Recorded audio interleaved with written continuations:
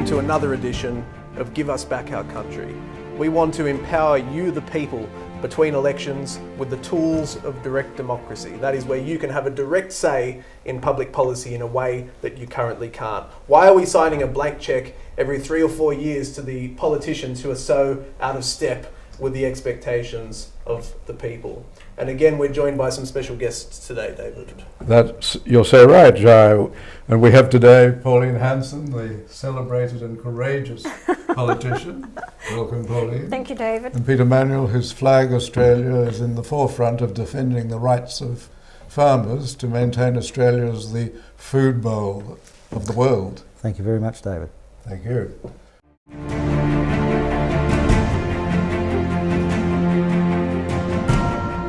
Fatwa, that is a religious ruling or declaration on a particular aspect, calling on the murder of Australians and other disbelievers, has been made by the Islamic State or ISIL.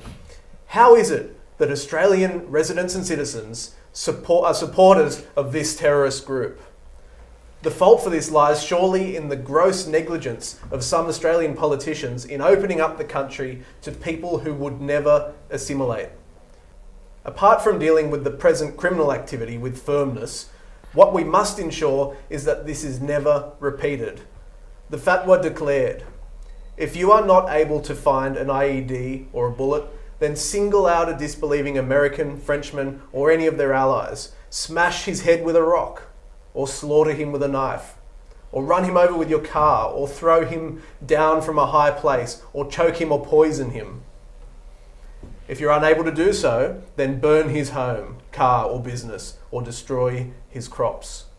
If you can kill a disbelieving American or European, especially the spiteful or filthy French, or an Australian or a Canadian or other disbeliever waging war, including the citizens of the countries that entered into a coalition against the Islamic State, then rely upon Allah and kill him in any manner or way, whatever it may be. Kill the disbeliever, whether he is citizen or military.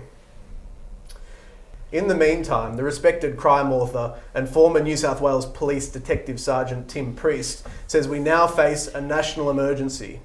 He argues that so-called academic experts convince governments and police leaders to treat Middle Eastern crime differently because of cultural sensitivities.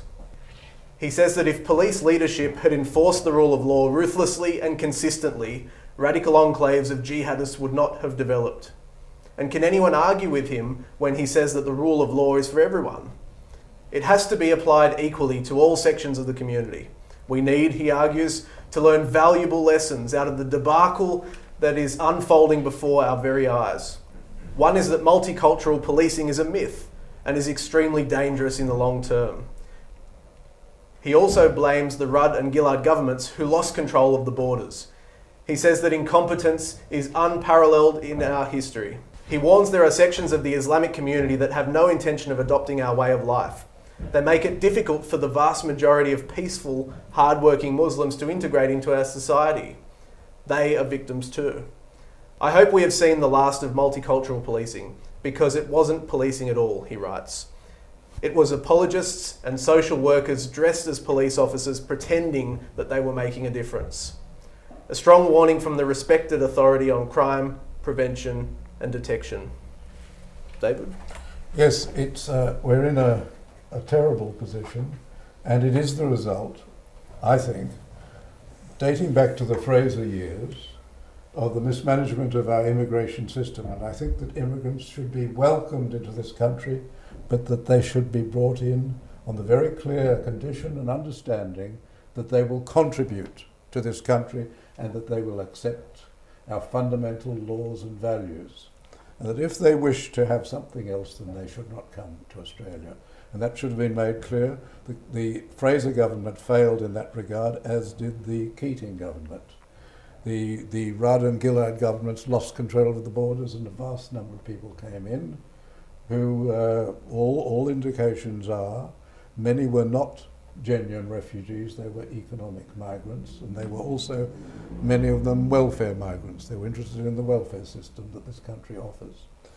Immigration and citizenship are very valuable gifts, They're gifts from Australia to other people. We welcome them, but we should only give it to them where we have done a proper investigation. Citizenship, I think, should be far more difficult. It should be given only after a number of years and after a proper investigation. In Switzerland, it's done after a public meeting where people are entitled to question the applicant and ensure that they are genuine new Swiss. There's another important aspect that I think plays into this. And granted, there are probably aspects of the community that are more susceptible than others to these elements of radicalisation. But it seems to me that there's a strong deficit in our education system, which we're not talking about the institutions and values where we've come from as a nation that have contributed to our success. And there does seem to be, in that respect, particularly amongst young people who perhaps didn't have this focus in their education of who they are and where they've come from.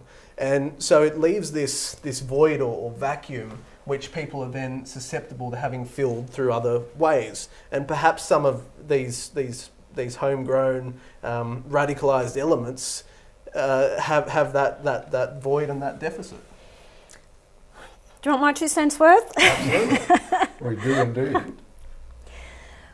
When you go back to when I was growing up, we had all the different migrants that were here. We had the ones straight after the war, you had the Polish, you had the Italians, you had the Germans, and you had different ones that came out here for a better way of life, especially after the war, and they were encouraged to come out. When I went to school, there was nothing like you didn't look at another kid and you thought that, yes, they called the Italians and Greeks wogs, and that was the name. But they thought, okay, shrugged it off, got on with it. We grew up with them. And they actually integrated into society. They were in their little enclaves till they started to work and grow and their families grew, and then they actually then moved out to different parts. They integrated into the society. What's happened over the years and was this push for multiculturalism throughout the world, and it was supposed to be the melting pot. And what I see it is that we take you from that country and put you here, and we'll change you there, so that we would have all these different makeups of people here, but we're going to be multicultural. You don't have to become Australian, you can maintain your own culture, and we're going to appease you in your own culture. So instead of saying, you've chosen to come to Australia, be Australian, they're saying you can keep your own culture. So then you get your segregations and your little enclaves that are happening. And the government has encouraged that because these people don't have to speak English. You cannot assimilate into a society if you cannot communicate and understand the language. So the government continues to put out literature in their language. You can vote in your own language. Just ask for the voting paper in your own language. You can get your driver's license in your own language. Why do you ever want to assimilate, to become Australian? So what happens then is you have all these different ones from different societies. So then what happens is it creates division within the country. So and then they start saying, well, who are you? What is an Australian?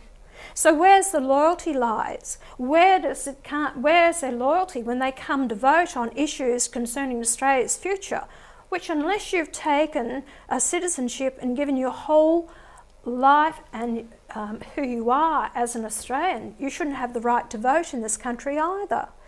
So multiculturalism is not the way I see it. We are a multiracial, people from all different racial backgrounds, but the bottom line, we must be Australian and everyone treated equally and the same under the one law regardless of your cultural background. If you're not happy with that, no problem. Just pack your bag, I'll take you to the airport, drop you off, and you can catch a plane and leave, and I'll wave you hooray. And the other ridiculous suggestion that all cultures are somehow equal. Well, you know, which they're not. People, look, you don't. But we've got to bring people into the country who are culturally minded and that we are on the same lines. We agree with the same laws. You can't bring people in who have a different belief in the law of the land, the rule of law. See, the Constitution, the government is there to adhere to the Constitution, the rule of law and the economic stability of the country. Rule of law means the rule of law for everyone. You can't have separate courtrooms, you cannot have judges handing out separate sentences because of your cultural background. That is not going to work. And Australia, since I was a little girl in this country to what I see now, is divisive. We are separate. They say, I am divisive and I am separate. No. I call for equality, for everyone to be treated equally and the same. That's pulling us all together to be a united society. Peter, did I you? couldn't agree more with you, Pauline. I think, and I don't know if these figures are correct, but I think there's about 1.2 billion Muslims in the world. And 75%, the majority, are good people. It's your 25%. I mean, the same thing with the Nazis in Germany. If we have a look at America, 19 hijackers brought America to its knees. What I'm saying is that if you come to this country, you do as we do. And I mean, we have Christmas lights on our Christmas trees. We sing Christmas carols.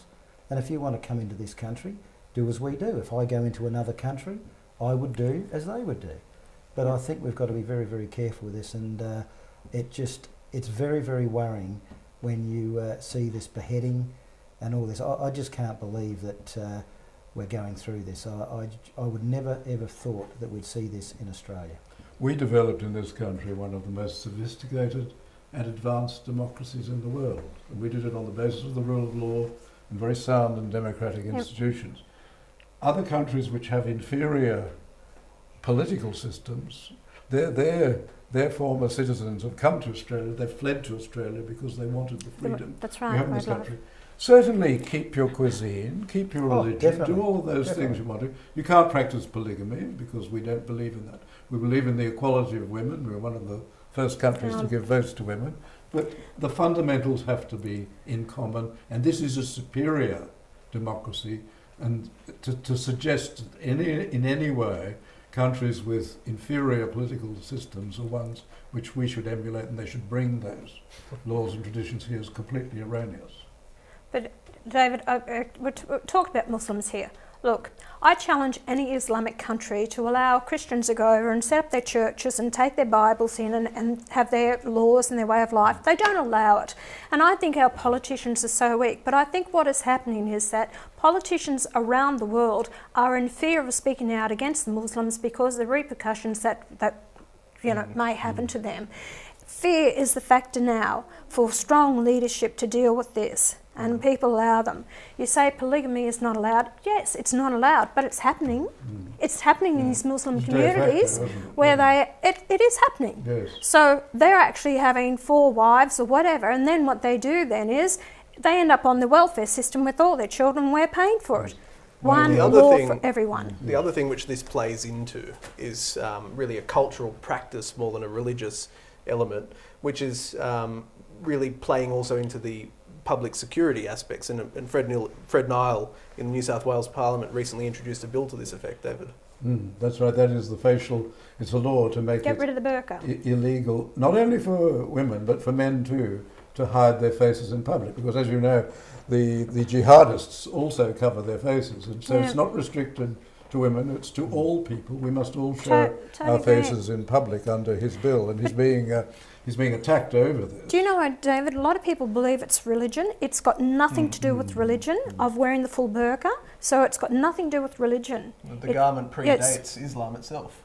Yes. It's a cultural practice. It is a cultural, but it's not, a prerequisite for it. So if they have to, they show their face. But if you want to live that life, go to an Islamic country where you can wear that all the time. Don't come to Australia and expect to be treated differently.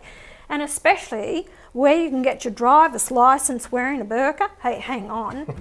Is that possible in yes, South Australia? In South Australia? Yes. I don't know about that. I'll have to check on that one. Yes. I might try and go in with my motorbike helmet on and glasses and see if I can get that. One of our newspapers in Sydney had a report on this very recently, where there was a journalist who went undercover, if you can call it that, wearing the full garment with just the eye opening. And she went through 2 areas. She went through Lakemba, which has a strong prominent Muslim population, and also through Martin Place, and was gauging the reactions. And the thing which really astounded me was when she went into a shop to buy something and she spoke, the person who was serving her turned around and said, "Oh, are you Australian?" And I thought, well, what does that suggest? Does that suggest that somehow she did not identify herself as Australian, which I think is a big problem? Yes. Yes, well, the situation is difficult in Australia, and Well, haven't we got a real problem now that when Australians are now in fear on our own streets in this country, fear of what we hear about what they intend to do or want to do to not only that, Australians, Canadians, Americans, French. It's a control factor, it's a fear factor to put it in. And I hope that we never have an Islamic State. I think it's horrifying, and I think that it's a way of life I do not want for myself or my children or future generations. And we have to be very strong, and we must speak out against this and say we don't want it and stand up and fight for our rights. And it also means, does it not, that the politicians should administer the immigration policy properly and control the borders? The Most present definitely. government is definitely controlling the borders. Yes, Scott it is. Morrison He's done a great has done job. a superb job in relation to Certainly has. the media generally predicted that he would fail. But the refugees, stop being so soft-hearted out there about these refugees coming in, because the Labor Party have allowed some in who are actually criminals, and it wasn't picked up.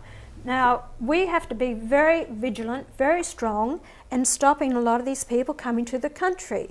One recent example of that was in Parramatta. You probably heard that there was someone who had come on a temporary protection visa, had committed several crimes within weeks of getting off the boat, no doubt being heavily subsidised by taxpayers. And then this all culminated very recently in him having an altercation with somebody in the shopping centre at Parramatta, the Westfield there, where he stabbed him and then casually removed his shirt, sat down and had a smoke and waited for the police to arrive. Now, how was he released into the community? How was he determined to be a stable person who was capable of living in communities?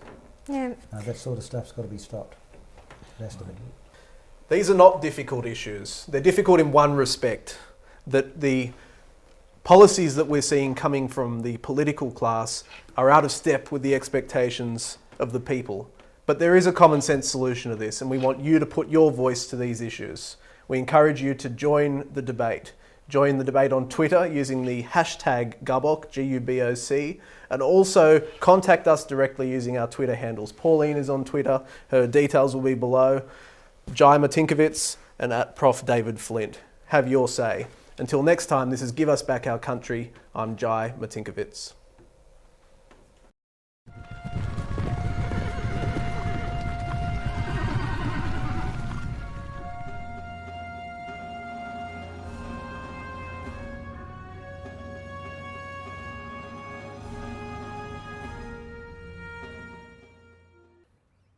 Australia is one of the world's oldest continuing democracies, yet our institutions of representative democracy have been compromised.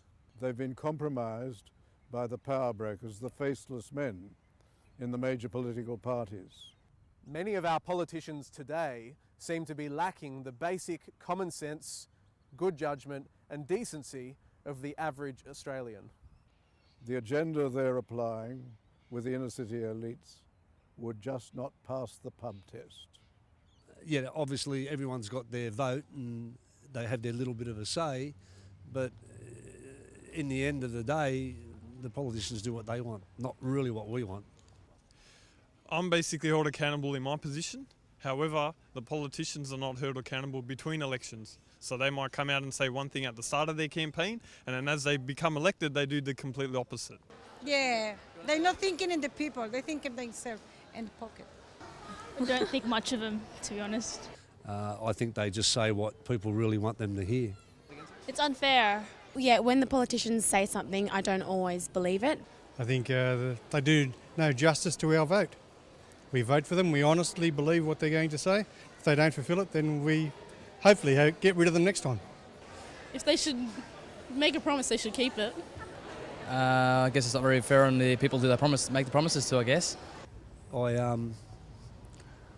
I don't know how you'd change it to make it any better, but I'm sure there's a better way. They should be kicked out.